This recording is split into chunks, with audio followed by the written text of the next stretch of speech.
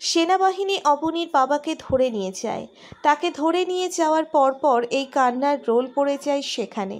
অবনীর মা আর অবনী ফুপিয়ে কান্না করে দেয়। অবনীর কান্না দেখে যেন ভিতরটা ফেটে যাচ্ছে। কাঁদুক, আরো কাঁদুক। তখন আমারও খুব করে কাঁদতে ইচ্ছে করেছিল, কিন্তু সে আমায় সামলায়নি, বরং আরো আঘাত মেরেছে। মেয়েটা কান্না করতে করতে হেসকে উঠে যায়। এবার আর দাঁড়িয়ে থাকতে পারলাম না, দৌড়ে অবনীর কাছে চলে গেলাম। আরে পাগলি, এত কান্না করছো কেন? আকাশ, প্লিজ আমায় ক্ষমা করে দাও। আরে ক্ষমার কি আছে এখানে? যে দোষ করেছে সে শাস্তি পেয়েছে। হ্যাঁ, কিন্তু দোষ যে আমিও করেছি। তোমার উপরে কত নানা রকমের আরোপ লাগিয়েছি। আরে তুমি তো না জেনে লাগিয়েছো। যাই হোক আকাশ, আমি আর কোনোদিন তোমার সামনে দাঁড়াতে পারবো না, বলে আবারও ফুপিয়ে কেঁদে দেয়। অবনী, আমি কিছুই মনে করিনি। হয়তো একটু কষ্ট লেগেছে মনে, কিন্তু এখন সব ওকে। আকাশ, আমি আর ওই মুখ তোমাকে দেখাতে পারবো না। একে তো তোমার বাবা মায়ের খুনির মেয়ে, দ্বিতীয়ত তোমায় নানান অপবাদ দিয়েছি আমি। অবনী, পাগলামো করো না। আকাশ, আমি তোমার জীবন থেকে সরে যাব, চিরতরে সরে যাব। তোমায় ভালোবেসেছি, তারপর তোমার ঘৃণা করেছি, কোনো কারণ ছাড়াই। এখন সব কিছুই চোখের সামনে ক্লিয়ার হয়ে গেছে। তোমায় শুধু হেট করেছি আমি, কিন্তু বিশ্বাস করো, তোমায় নিয়ে এখন মনের মধ্যে খুব জোরে ঘূর্ণিঝড় বইছে। তবে এটাই আমার শাস্তি। আমি তোমায় যেই কষ্ট দিয়েছি সেই কষ্ট এখন আমি নিজেকে দিব। অবনী, কি বলছো আবোল তাবোল? আকাশ, আমায় ক্ষমা করে দাও। আমি চলে যাচ্ছি তোমার থেকে অনেক দূরে।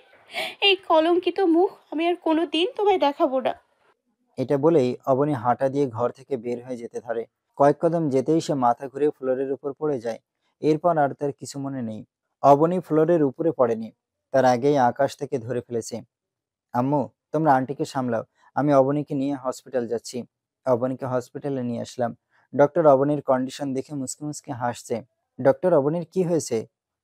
আপনি বাবা হতে চলেছেন, আর চিন্তা করার কারণ নেই। অতিরিক্ত প্রেসার মাথায় পড়েছে, তাই বেহুশ হয়ে গেছে।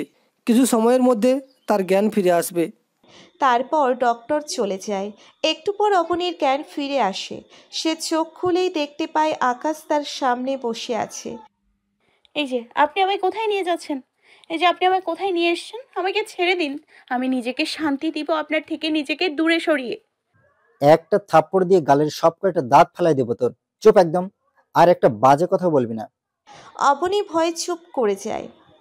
আমি তো আপনাকে কষ্ট দিয়েছি, তারপরেও আপনি আমাকে নিজের কাছে কেন আগলে রাখতে চাইছেন? কারণ তুমি আর এখন একা নাও। তোমার পেটে আমাদের বাবু রয়েছে। আর তাছাড়া ভালোবাসার মানুষের ভুল ত্রুটি ক্ষমা করা, এটাও এক ধরনের ভালোবাসা। সত্যি আপনার মতন মানুষ হয় না। হ্যাঁ, আমার মতন মানুষ হয় না। এখন যদি আর একবার আপনি বলো, তাহলে থাপড়ে দাঁত সব কটা ফেলে দেব। কই, বাসায় তো আমায় কত সুন্দর করে তুমি করে বলেছিলে, তো এখন কেন আপনি? তখন কি বলেছি তা নিজেও জানি না। আচ্ছা, জানা লাগবে না। এখন খালি এটা জেনে নাও যে আপনি বললে তোমার খবর করে দেব। এখন থেকে তুমি বলবে। আচ্ছা। এখন মহারানীকে একটু জড়িয়ে ধরি। হ্যাঁ, ধরো। বারণ করেছে কে? সাথে সাথে অবনীকে জড়িয়ে ধরলাম। অবনী তো সেই খুশি। মহারানীকে খুশি করার জন্য কয়েকটা পাপ্পি ঝাপ্পিও মেরে দিলাম। সে তো পুরো একদম লজ্জায় লাল হয়ে গেছে। এই পাঠক ভাইয়া, সমস্যা কি? হ্যাঁ, বউ লজ্জা পাইতেছে, আর আপনারা কান পেতে আরো কিছু শোনার জন্য বসে আছেন। ভাগেন মিয়া সব কয়টা। লজ্জা শরম ইমানের অঙ্গ মিয়া।